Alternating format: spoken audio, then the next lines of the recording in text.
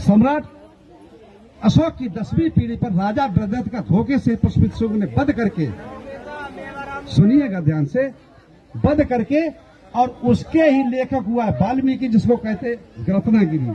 समझ गए? उसने जो उसने राजा के चक्कर में राजा की बड़ाई लिख करके रामायण लिख दी। झूठी काल्पनिक कहानी मैं नहीं कहता हूँ, ये तो अदालत कह चुकी है। और अब दुनिया में छोड़ो, अभी मोदी ने कहा कि महाभारत और रामायण कथा कहानियां हैं। कहा ना, ये तो सबने कहा, मैं झूठ नहीं बोल रहा हूँ। और या तो सुप्रीम कोर्ट कह चुका है, मेरी बात मत मानो, मैं अपनी तरफ से कुछ नहीं कह रहा हूँ। सुप्रीम कोर्ट भी अदालत में सन 1976 में फैसला हुआ था ललित सिंह यादव का, तो 300 रुपए जुर्माना लगाया गया था उत्तर प्रदेश सरकार। किस पे? क्या नाम था? नारायण दत्त तिवारी। नारायण दत्त तिवारी था उसमें मुख्यमंत्री उत्तर प्रदेश का, उसमें उत्तराखंड अलग नहीं हुआ था।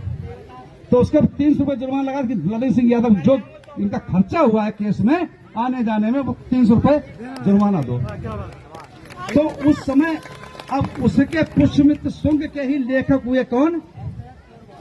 लेखक कौन हुए? पुष्यमित्र शुंग के ही लेखक हुए वाल्मीकि था, जिसका नाम था रत्नागिरी। वो ब्राह्मण था। वाल्मीकि को आप सुनते हैं ब्राह्मण, वो ब्राह्मण था, वो कोई भंगी नहीं था, जाटव वो वाल्मीकि नहीं था, है ना। क्या होता, जमादार, भूल जाता हूं मैं, जमादार। तो उसने जो बड़े बड़े जमादार थे, जिमीदार, उनको जमादार बनाया। और जो महतियों की, आप लोग महतिया थे कहते, आज भी महतो लिखते हैं, और साखियों में आज भी महतिया कह देते हैं। तो महतो की जो महतिया, जो रानियां थी, जिन्होंने घर से बाहर कदम नहीं रखा कभी, उनको क्या बनाया? नेत। क्या कहते हैं? मैं नहीं कह रहा हूं, आप सब लोग कहते हो। उनको बनाया नेत रानी, और सर पे ढोवाया क्या? मेला। ये दशा उसने करवाई। अपने शासन काल में उसने 14 दिन का जो समय काटा, नियत्ते शाक्यों का, 3 दिन के अंदर 60,000 शाक्यों का कत्लेआम करवाया, बौद्धों का। तत्पश्चात कहां से? पाटलिपुत्र से। और साकेत नगर था, आते आते उसको 14 दिन भटकना पड़ा। साकेत नगर पूरा बौद्धिस्ट था, कोई किसी की हत्या नहीं करता था, 5 किलो जो दिए हमने उसका पालन करता था। तो उसने अपने शासन में जब वहां पे राजधानी बनाया, उसने ऐलान किया कि अगर जो एक बौद्ध भिक्षु हमारे जैसे सरमुंदा सर काट के लाएगा, उसको 100 दिनार सोने की दी जाएगी। कितनी दिनार मतलब जानते हो? सोने का सिक्का, जिसको बोलते थे तोला, जो होता था 12 ग्राम का, आजकल वो हो गया 10 ग्राम का। तो कुछ तो उसके सपोर्ट वाले थे, उन्होंने काट ले गए सर। और कुछ हमारे समाजी लालची थे, वो सर काट ले गए। तो जो घाघरा नदी थी, जिसको घग्गर नदी बोलते हैं, वो साकेत नगर से बहती थी। तो हमारे जैसे सर को भिक्षुओं के सर काट उसमें बहा दिए गए, तो उसमें पानी दिखाई नहीं पड़े सर के अलावा, इतने सरयुक्त। तो सरयुक्त नदी होगी, तो उसका क्या नाम पड़ गया?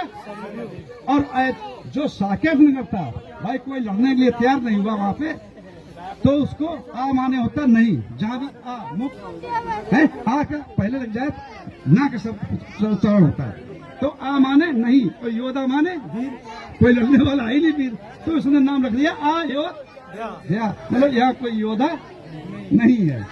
अब चलते उसी शासनकाल में पतंजलि और पाणिनि जी, इन्होंने जो हमारी संस्कृति थी, जो सम्राट अशोक ने लिखाई हुई थी ताम्रपत्रों के ऊपर, समझ रहे, जब हमारे भंते लोगों को ऐसे कत्लेआम हुआ, जो विद्वान भंते थे हमारे जैसे, भंते जी के जैसे, जिनको कंठस्थ था, याद था, और जिनके पास नहीं याद था, जिनके पास त्रिपट रखे थे, वो उठा के और जान बचा के लगने कहाँ पहुंचे? कंदरा में गुफा में भाग गए। तो उसको क्या करा? पाल के रखा। हमने जो अपनी लली बड़ा लाल प्यार से पाली, क्या कहते? क्या कहते? हमने जब लली लड़ा या लड़की या